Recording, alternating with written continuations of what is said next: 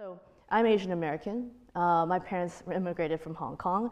And so for whatever reason in that household, I thought there were three quintessential reasons or ways to be successful in life. Number one was to get into a good school. Number two is become a doctor or a lawyer. And number three was learn a variety of musical instruments. And so for me, I thought I had it made. I got into UC Berkeley in California. I was studying pre-med and had several years of piano under my belt. But for me, when I started studying, I realized, you know what, this isn't really me. So I started wandering. And I stumbled upon something called Asian American Studies. So this is an actual major at Cal. And I was so impassioned by this all of a sudden to learn all these things I never knew about myself, to learn about the things that my ancestors did to help build the country to where it is today.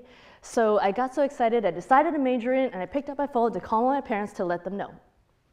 And you can probably predict the next scene. They completely freaked out. They said, Asian American Studies, are you kidding?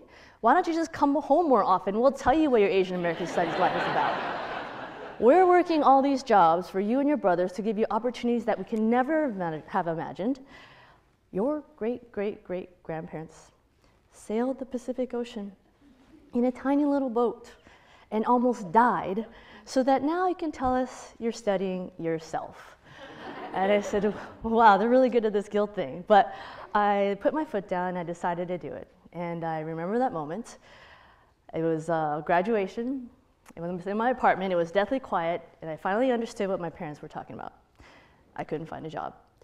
So it was my turn to freak out. And I started cold calling every single company I knew. And it was really about time and place. I was just super lucky. The internet was born in Silicon Valley. And I became an internet consultant at KPMG. And you guys know this story, the dot-com boom, and for me, the money, title, status just dropped in my lap, literally that night. And then, you know the end of the story, the dot-com busted, and literally, overnight, the money, title, status was gone. And I felt like such a total loser, not just because I got fired, but because the things that I thought meant everything to me, the money, title, status, really meant nothing at all. And so at that point, I realized there was a question that I kept on avoiding for the whole time I had been going through this process. And that question was, what would I do without the fear of failure? So that's when, if you read the book, that's when I decided to do something different in my life. Well, basically, I didn't know where I wanted to go exactly, but I knew I didn't want to come back or go back to where I came from. So I decided to challenge myself, and I decided to climb a mountain. And that mountain was Kilimanjaro. And so at that point, I picked up the phone, called up my buddy Tony, and I said, hey, do you want to do this? And he said, sure, why not? So if you can imagine this, we're in our 20s, climbing this mountain, and basically I had just got, laid off, and Tony just sold his company, Link Exchange, to Microsoft for about $280 million. Clearly, we're at the opposite ends of the financial spectrum, right? But what was interesting, and we didn't realize it until we started working on the book together, was that we were thinking the same exact question while we were climbing that mountain, which was, what would we do with our lives if money didn't matter at all? So we went ahead, kept on going, we actually summited. You don't have to imagine what that picture looks like because you actually saw it. I mean, it was that beautiful. It felt like it was like straight out of the movies. And that feeling was so overwhelming as to, wow, maybe anything can be possible. So after that, we go back to our regular lives. Tony actually goes back and invests his own personal money into Zappos, and the rest is history. And then I go back, and that moment happens. And it happens to everyone in this room at least once, if not a few times in our lives.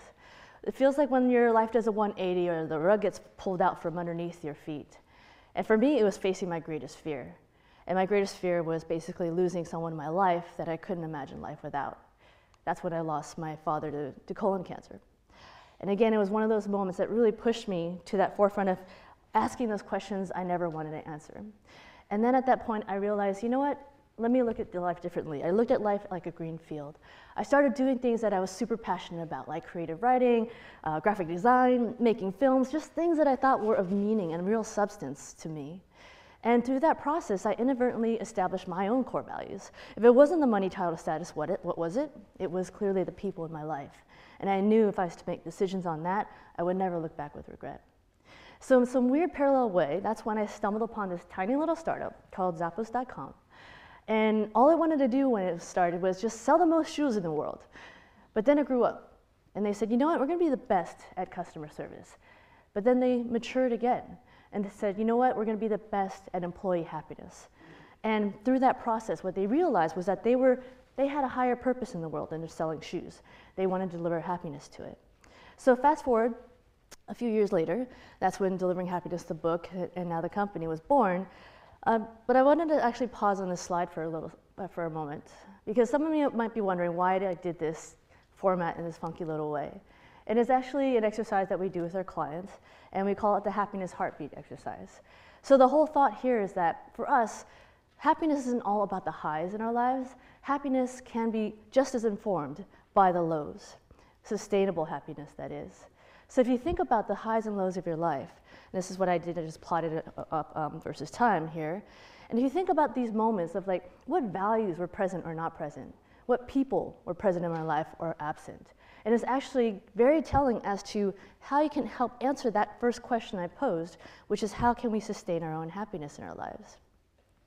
So what's interesting is that even though this applies in a personal way, this actually also applies to companies. So if you look back at your company that you're working for or created, whatever that might be, and if you plot the highs and lows, it's actually asking those same questions of values, present or not present, people there or not there, again, can start informing you how you can, as a company, start sustaining your business in a long-term way. So at this point, a lot of companies think, are you serious? You know, like happiness as a profitable business model, are you kidding me? Maybe at Zappos, but I don't think so anywhere else. So of course I have to go to my case study, and that's Zappos.com. And this is actually a picture of it in Las Vegas. Believe it or not, there's not a rainbow over it every day. But when I think of Zappos, I think of this quote by Maya Angelou. People will forget what you said, they'll forget what you did, but they'll never forget how you made them feel.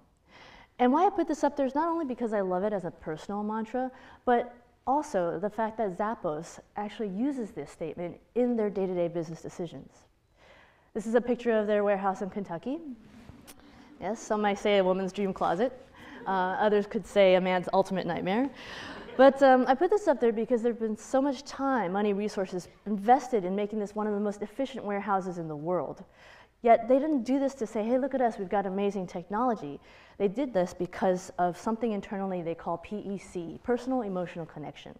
How can Zappos, in their desire to establish a PEC with every single customer that they touch? As an example, the call center people, call center reps, they don't have call times and they don't have scripts. In fact, the longest call time to date with one single customer and one single rep is 10.5 hours. And that amounted to a pair of shoes being sold, I think it was $49.99. And some people might say, well, that's not gonna make finance happy, is it? And that might be true in some other companies, but at Zappos it doesn't matter because their priority is creating these moments of PEC. But what's interesting is that even though Zappos, when people think about it, they always say, oh yeah, great customer service. But in actuality, that's not their number one focus internally at all. What's their priority is actually company culture. And the thought there is that if you get that right, then everything else like awesome customer service, productive, engaged employees actually come more naturally. And so that was sort of like a thought petri dish type of experiment years ago, over 10 years ago at Zappos. But what's been interesting is that experts in the business field, they also wanted to understand what separates a company so that they weather those companies that actually survive and sustain over time and weather those economic highs and lows. And what they found was actually kind of counterintuitive. What they found was that these two factors, having a strong company culture and having a really strong company higher purpose, are those factors that separate those, the good from the great. So what's great is that we're not the only ones talking about it. There's other experts and researchers in the field, like whether it's Harvard Business Review or The Economist or Time Magazine, all coming up with the same findings, that basically there's an economic value to this thing called happiness. So whether we're looking at retention or engagement or sales or productivity, time and time again, all the metrics show that it goes in a positive way. So for us, again, going back to that very simple equation of if you have happier employees, you'll have happier customers, and you'll actually have a more successful, profitable business. But what the big one for us, that big footnote is, and you're creating meaningful lives. Meaningful lives not just in your workforce, but everyone that you're touching in your ecosystem. And again, it goes back to those metrics. Turnover decreasing by 51% on average, profitability increasing by 22%, and then also being able to live longer, healthier lives on the average of 7.5 years. So what's been really honorable for us is being able to have this opportunity to talk to folks like you, talk to other companies in the world, and being able to help them through this journey.